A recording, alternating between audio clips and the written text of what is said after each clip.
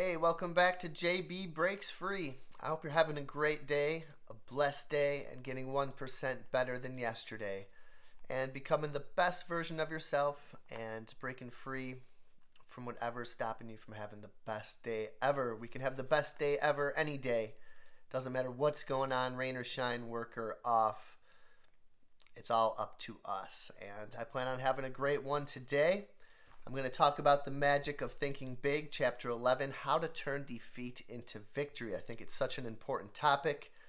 I know I have come across some defeats in my life, but I have responded in one way or another, and I'm on the track to freedom, and I know that you are too. Before I get into that, I did do a couple orders this morning. I did a $25 Instacart order. It was a double order. Not too bad. And then a $22 drop-off deliveries for Walmart Spark. So I got my $40 to freedom. A little bit. You do that every day. That stuff's going to really add up and start giving you control of your finances, paying off your debt, and putting you on the path to freedom. I stopped into the thrift store, my favorite place to be. This guy right here, this sweater, it says $6.99 here, but they have their winter sale still going on. It's a Robert Bruce vintage sweater. And these were going for like 15 to 20 bucks online. So that's what I'm going to do. 15 or $20. And again, we talked about making small transfer savings. And $20 a week is $1,000 a year. $40 a week is $2,000 plus. So I mean, you start doing that daily and weekly, that money's gonna add up. Before I ever started doing side hustles, I used to think, and at some points I wouldn't even be working full time at my main job of waiting tables. Like I'd think, oh man, if I could have one more day, that would really add up. Like thousands of dollars mean a big deal, especially in this economy. Just for popping my head in and having a fun little treasure hunt. And the more you know, the more money there is to be found. And I plan on talking a lot about that, diving into what sweaters are, what brand should you look for, and when, and why. So, and by doing that, I'll learn more too, and pass that knowledge along, and we'll all have some extra money to deal with. But getting into the magic of thinking big, how to turn defeat into victory. I thought this was great. First, he starts off with three people. He calls Mr. Skid Row, Mr. Mediocre, and Mr. Success. And he says they all can have the same backgrounds, to match them all with age, intelligence, background, nationality, you name it, with one exception. The one thing that you can't match them on is their response to defeat. When the fellow we call Mr. Skid Row got knocked down, he failed to get up again. He just lay there, splattered out. Mr. Mediocre got up to his knees, but he crawled away and went out of sight, ran in the opposite direction, so he'd be sure to never take that beating again. But Mr. Success reacted differently when he got knocked down. He bounced up. He learned a lesson, forgot the beating, and moved upward. It takes a persistent man who never thought he was defeated. Let's check the lives of the people of who's who in America right now, and you'll find that those who have succeeded in every major way have been pounded by losing situations. Each person in his elite corps of successful men has encountered opposition, discouragement, setbacks, personal misfortune. Read the biographies and autobiographies of great people, and again you discover that each of these people has surrendered to setbacks, that they could have surrendered to setbacks numerous times. And I'm sure that we all could have surrendered at one point. Or do this. Learn the background of the president of your company or the mayor of your city, or select any person that you consider to be a real success.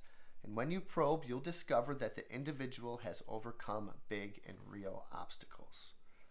Talks about how the flight industry, they study setbacks to make safer air travel. Doctors use setbacks to discover better health and longer life.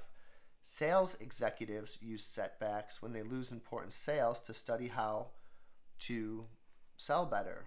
Coaches study setbacks so they can, in order to play the game better. Salvage something from every setback. There's a lesson to be learned there. It's okay to be wrong. It's okay to make mistakes, because that's where we learn, and that's where there are opportunities for growth.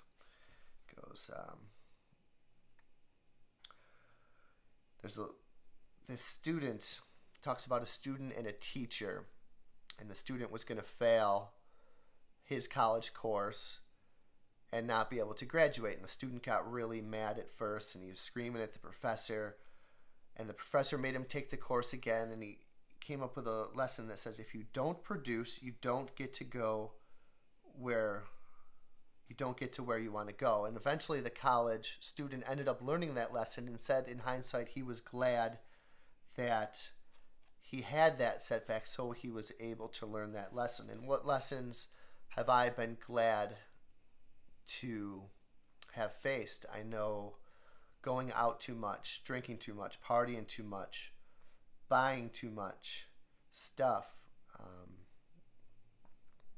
I've learned spending too much, not keeping track of my finances, not being the best person, father, husband, friend, employee that I could be.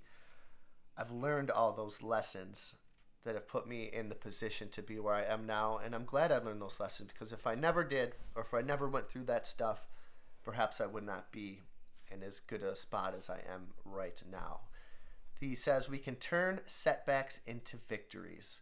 He talks about an actor who had a fractured hip. He was kind of an older guy, and he never would heal and be the same, but this actor ended up playing dozens of successful roles from a wheelchair.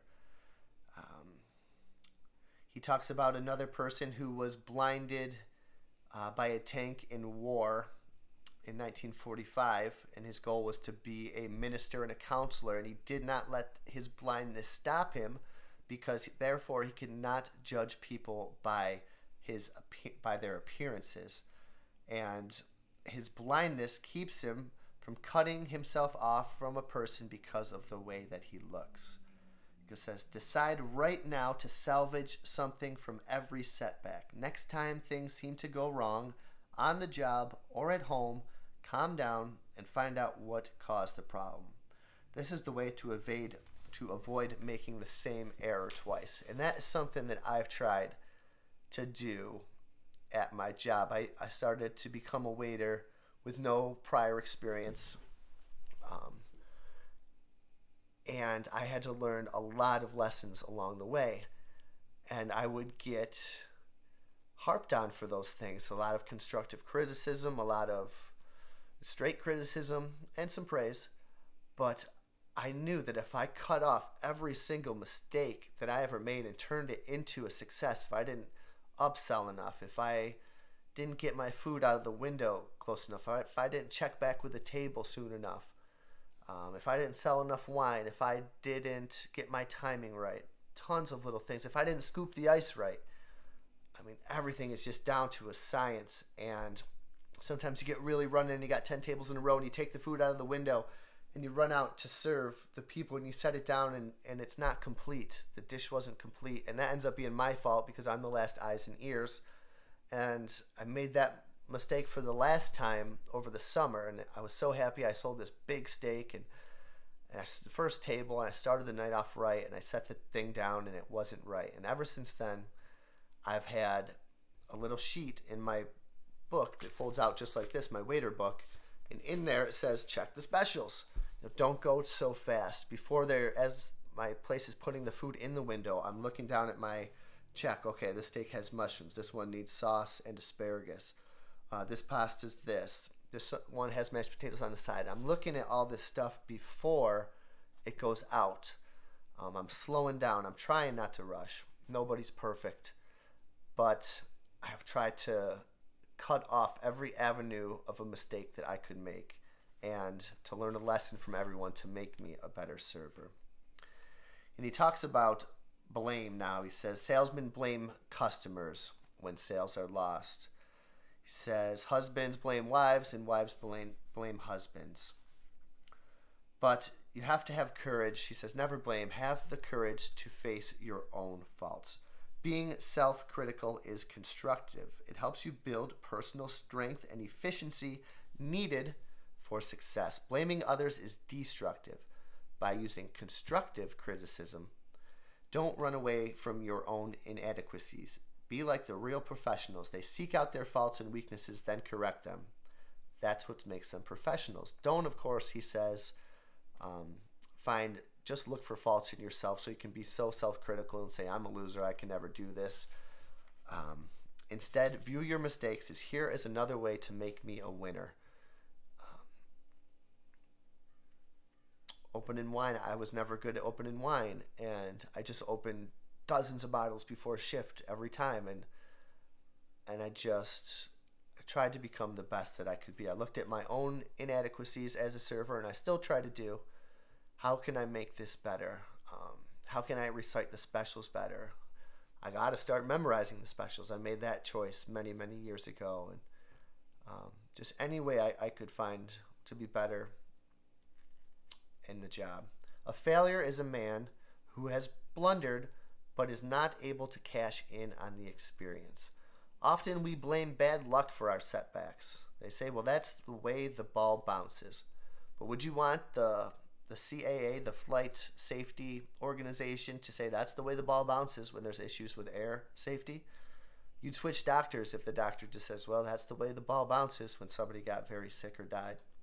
If a football coach said, well, that's the way the ball bounces when they end up losing the game, but they did not study those setbacks, they weren't able to cash in and learn from those experiences. Instead of blaming bad luck, research those setbacks. If you lose, learn. Lots of folks go through life explaining their mediocrity with hard luck, tough luck, sour luck, bad luck. These people are still like children, immature, searching for sympathy. Without realizing it, they fail to see opportunities to grow bigger, stronger, and more self-reliant.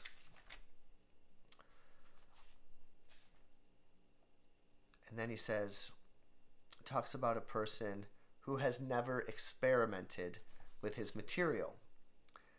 They need to try some new approaches, some new techniques. He says, the advice of a literary consultant is good. We must have persistence, but, and this is huge, persistence is only one of the ingredients of victory. We can try and try and try and try again and bang our head against the wall and still fail unless we combine persistence with experimentation. And that's something that I've done at work with how you say the specials, in what order you say the specials. Just all these little tricks that can help something succeed more often. And I've done that with listing things for sale. I've tried to do that with this channel to experiment with different things. And you learn as you grow and go. And it can't just be persistence. I can't just beat my head against the wall. I have to try to get better. Many ambitious people go through life with admirable persistence and show a lot of ambition, but they fail to succeed because they don't experiment with new approaches. Stay with your goal. Don't waver an inch from it, but don't beat your head against the wall. If you aren't getting results, try a new approach. And he says, here are 2 ways to get that experimentation mindset. Number 1, tell yourself there is a way. All thoughts are magnetic. This can be done. And number 2, back off and start afresh. I get lots of new ideas, and some ideas I don't even know how to do yet. But I have those ideas, and I write them down, and it's cool to think of fresh things. And you also got to get courage to try some new ideas and to try new topics and to try new formats. And I'm gaining courage and confidence as I go, and as we connect further to just try new things. And I might not be the fastest at those things, but I am slow and steady wins the race. We can be turtles. And, you build wealth slowly. There's no get rich quick schemes. The only thing we can do quick is, in my opinion, shrug off fear and anxiety because we own the present moment. It is within our power to do that. He has a quick review of the chapter. The difference between success and failure is found in one's attitudes towards setbacks, handicaps, discouragements, and other disappointing situations.